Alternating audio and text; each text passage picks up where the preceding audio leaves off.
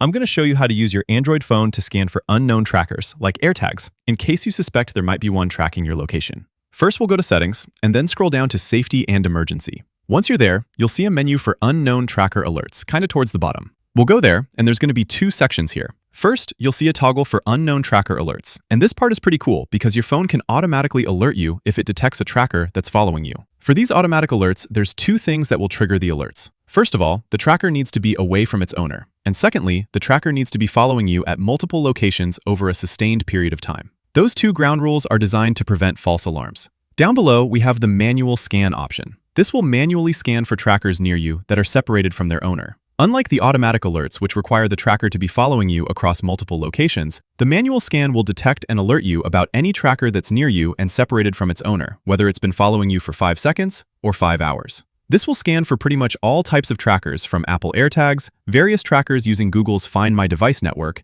and also compatible Bluetooth headphones and earbuds, since those can also transmit location data. If you run a manual scan while sitting in an apartment complex, a hotel room, or a coffee shop, just keep in mind that sometimes it might show a tracker found if you're within the range, even when that tracker might be your next-door neighbor's apartment.